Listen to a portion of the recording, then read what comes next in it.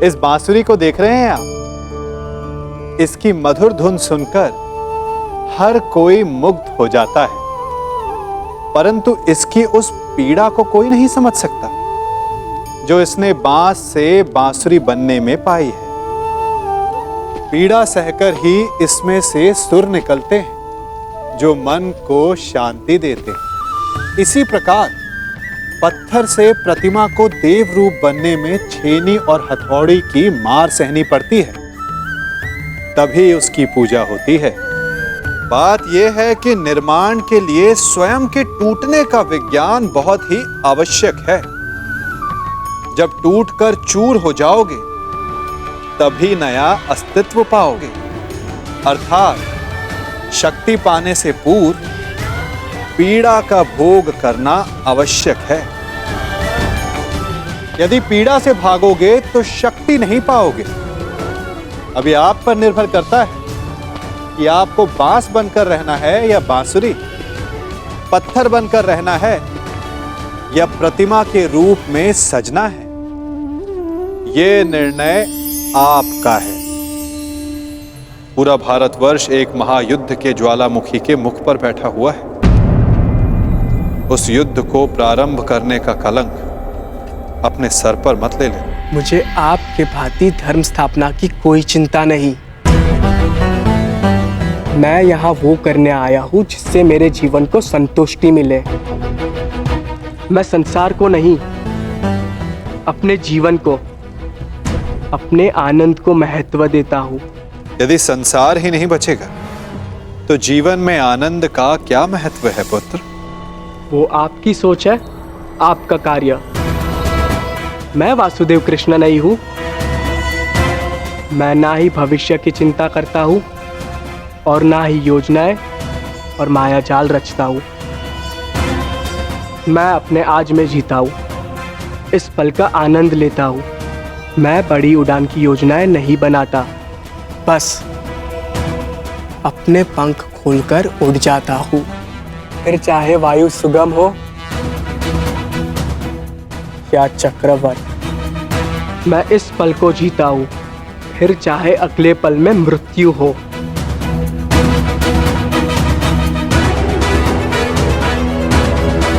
तुम नहीं समझोगे साहब, उड़ने से मृत्यु नहीं होती। मृत्यु तब होती है जब वो धरा पर अनुचित तरह से टकराए। उड़ने में कोई बुराई नहीं, परंतु उड़ने से पूर्व धरा पर ठीक से उतरना आना चाहिए साहब। चूंकि उड़ वही सकता है जिसके पांव ठीक से धरा पर टिके हों।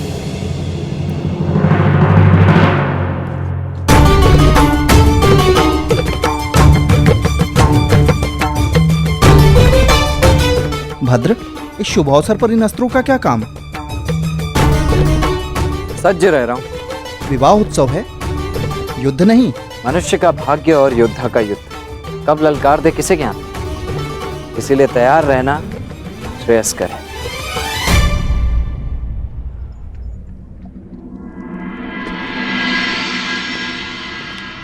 मैं प्रस्तुत हूँ।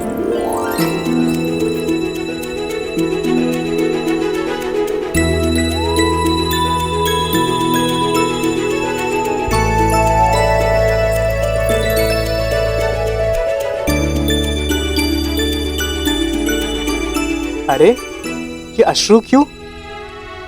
मुझे लगा मुझसे मिलकर तुम्हारे मुख पर मुस्कान आएगी। मुस्कान आते आते रह गई और भय से अश्रु निकलने लगे।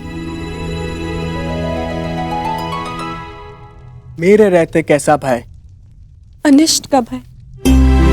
मुझे विश्वास ही नहीं हो रहा कि ये सब होने जा रहा है। आशा है कि आज कदाचित मेरे पिताश्री और तुम्हारे पिता के मध्य हमारी संबंध की बात हो, परंतु शुभ कार्य में अनिष्ट तो होते ही है ना। बस इसी भय से अश्रु निकल। कोई अनिष्ट नहीं आएगा लक्ष्मणा। और यदि आया तो उसे मेरे बाणों का सामना करना होगा।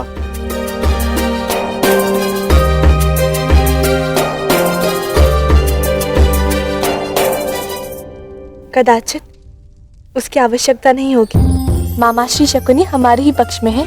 मुझे गांधार राज की चिंता नहीं, समस्या तो तुम्हारे पिता और मेरे पिता के विचार भेद की है। इसीलिए तो मामाश्री शकुनी का हमारे पक्ष में होना श्रेष्ठ है। मुझे उन पे पूर्ण विश्वास है। देखना, वो कोई ना कोई मार्ग अवश्य निकाल लेंगे और पिताश्री भी मान जाएंगे। परंतु मुझे गांधार राज शकुनी पर विश्वास नहीं। ऐसा मत बोलो साम। और तुम्हें भी उन पर इतना विश्वास नहीं करना चाहिए, क्योंकि मुझे गांधार राज शकुनी पर विश्वास नहीं और ना ही अपने पिता पर, क्योंकि उन्हें मेरे हर निर्णय में, हर आकांक्षा में खोट दिखाई देता है।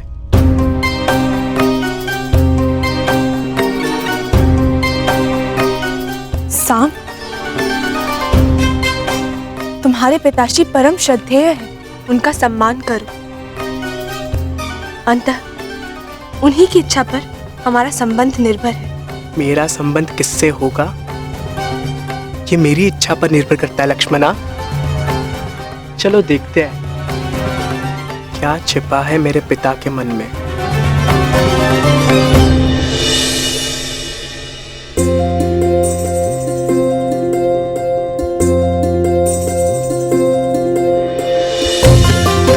अंतिम बार एकांत में हाथ पकड़ रहे हो, अगली बार सबके समक्ष पकड़ोगे।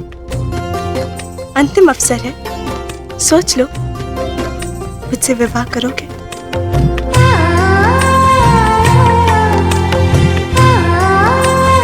अवश्य। मेरे अतिरिक्त तुम्हारा हाथ कोई नहीं पकड़ पाएगा लक्ष्मणा।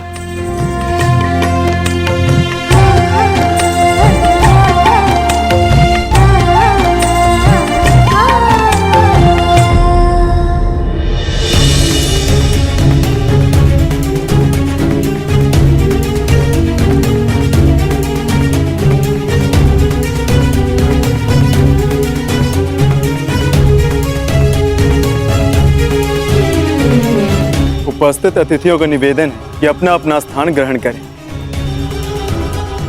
भोज का समय होने को है। क्षमा चाहता हूं आप सबसे, क्षमा।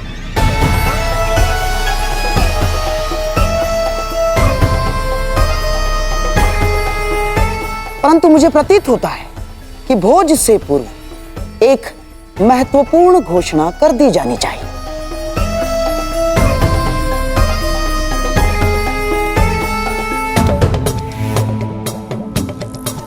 कैसी घोषणा गंधार नरेश? अब इसे घोषणा माने या प्रस्ताव? मैं शकुनी समस्त हस्तिनापुर की ओर से क्षमा का प्रस्ताव रखता हूं।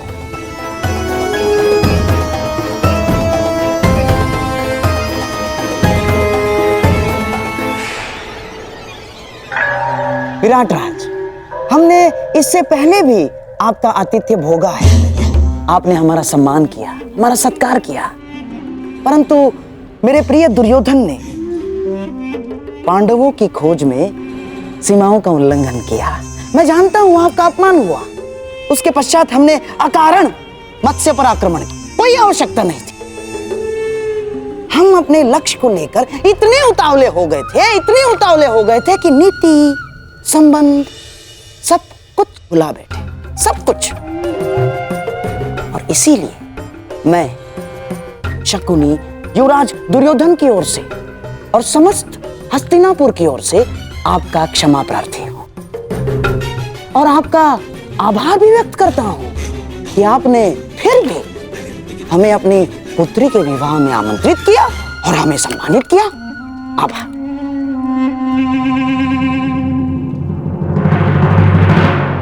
शकुनी का व्यवहार इतना विनम्र कब से हो गया? क्या है कि आप और हम दोनों क्षत्रिय हैं और आप तो जानते हैं कि क्षत्रिय क्रोध में सब कुछ भूल जाता है, सब कुछ। परंतु सच्चा क्षत्रिय वो है जो अपनी भूल स्वीकार करके भी मित्रता का हाथ बढ़ाने में भी पीछे नहीं हटता। इसीलिए मैं शकुनी हस्तिनापुर की ओर से मित्रता का हाथ आगे बढ़ाता हूं।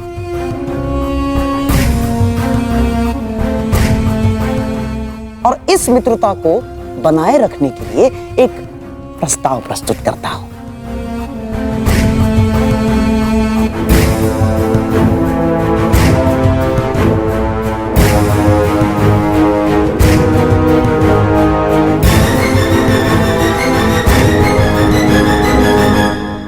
प्रथम पूज्य वासुदेव, क्या इस प्रस्ताव को प्रस्तुत करने के लिए आपकी अनुमति है?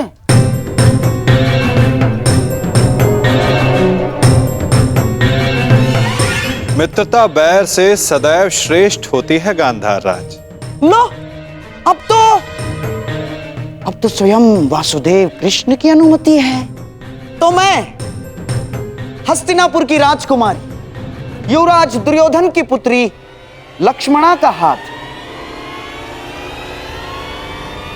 विराट कुमार उत्तर के हाथ में देने का प्रस्ताव रखता हूं।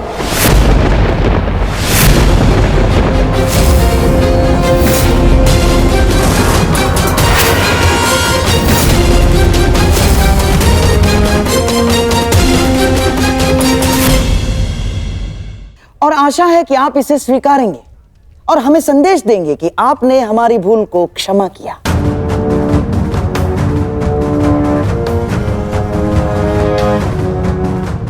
अब विराट राज के साथ साथ आपसे भी आशा है कि आप भी इस संबंध की अनुमति देंगे।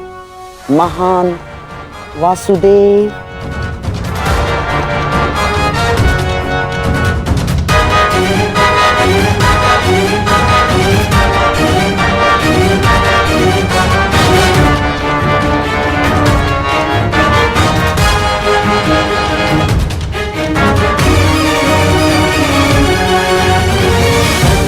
उत्तर का विवाह लक्ष्मणा के साथ?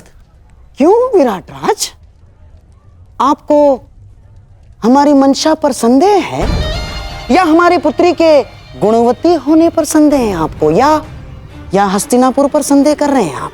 ऐसी बात नहीं है गंधार नरेश। तो परंतु पिछले दिनों विराटनगर और हस्तिनापुर के मध्य जो भी हुआ उसे देखते हुए भी आप उससे पिछले दिनों को स्मरण कीजिए विराट राज, जब विराटनगर और हस्तिनापुर में मित्रता हुआ करती थी। इस कीचक के वध के पश्चात जो कटुता बढ़ी है वो हमारी भूल थी विराट राज।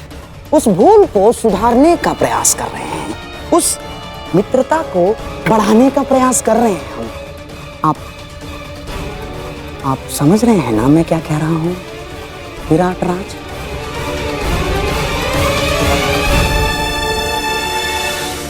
कहीं ये किसी और छल का प्रयास तो नहीं गंधार राज? क्या ये संबंध हमसे भविष्य में होने वाले युद्ध में विराट राज का सहयोग प्राप्त करने की योजना तो नहीं है? क्या छल भीम? कदाचित तुम्हें ज्ञात नहीं है, छल परायों के साथ किया जाता है, अपनों के साथ नहीं। तुम्हें क्या लगता है मैं तुम्हारे ज्येष्ठ भ्राता युधिष्ठिर हूं, जिसने अपने भाइयों को सगों को चौसर के दांव पर लगा दिया?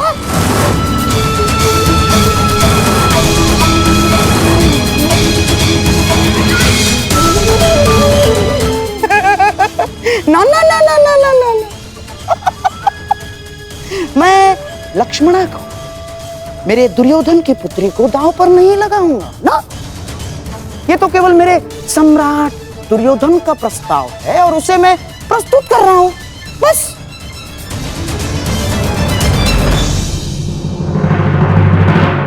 है ना दुर्योधन? मामाश्री ठीक कह रहे हैं। और भीम, ये प्रस्ताव मेरी ही ओर से है। मैं छल नहीं करता, मुझे बल पर विश्वास है। बल पर।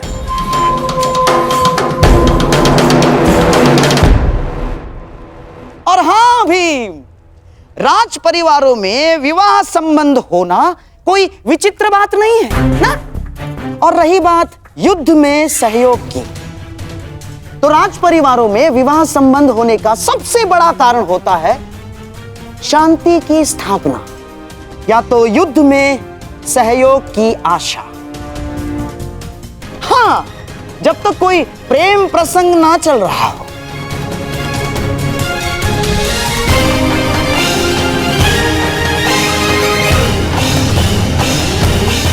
आपका क्या मत है प्रथम पूज्य वासुदेव? आपने भी अपने भांजे अभिमन्यु का विवाह उत्तरा के साथ इसी आशा में किया था कि पांडवों को युद्ध में विराट नगर का सहयोग मिल सके।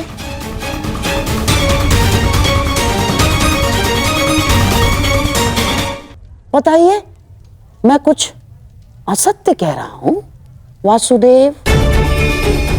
और इतने महत्वपूर्ण निर्णय लेने से पूर्व की गई भविष्य गणना आपसे अधिक कौन समझ सकता है वासुदेव?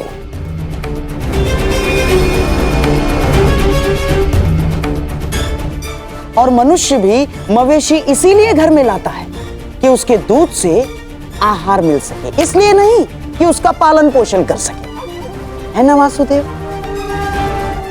युद्ध भारतवर्ष के द्वार पर खड़ा है और ऐसे में हम युद्ध के सहयोग के लिए कोई विवाह संबंध बनाते हैं तो इसमें आपत्ति है वासुदेव?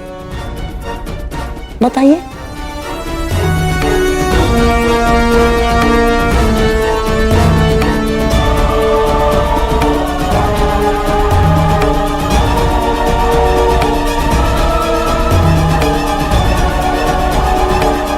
नहीं वासुदेव, इस संबंध के लिए हाँ मत कहिएगा। मैं गांधार नरेश के विचारों से पूर्णतः सहमत हूं।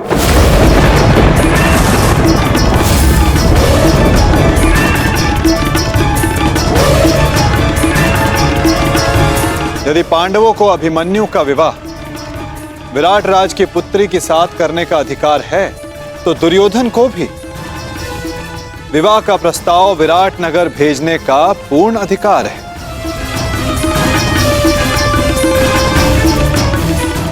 परंतु अब निर्णय विराट राज का है।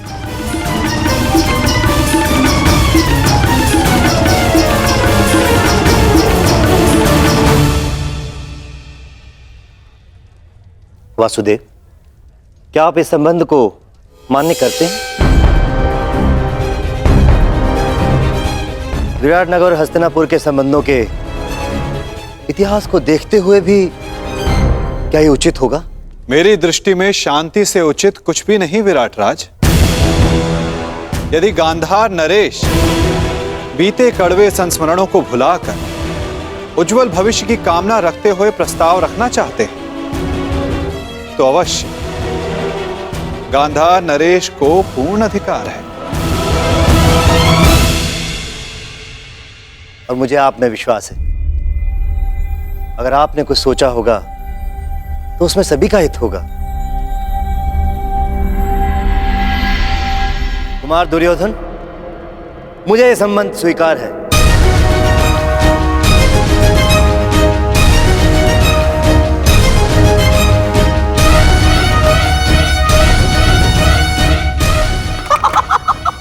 बधाई हो विराट राज। कितना शुभ दिवस है ये। जब हम यहाँ आए थे तो अतिथि बनकर आए थे और अब जब जाएंगे तो संबंधी बनकर जाएंगे। मेरा और एक प्रस्ताव है।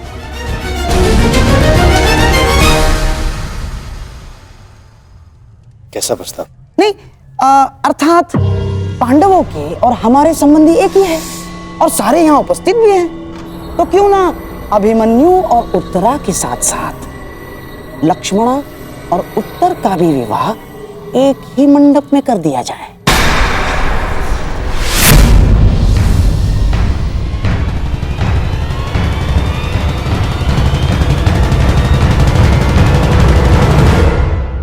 अति उत्तम विचार, स्वीकार है।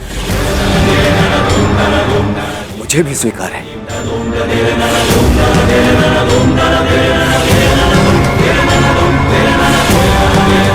और मेरा भी निवेदन है कि सारे संबंधी गले मिलकर अपने कड़वे संस्मरणों को भूल जाए और फिर भोज आरंभ हो।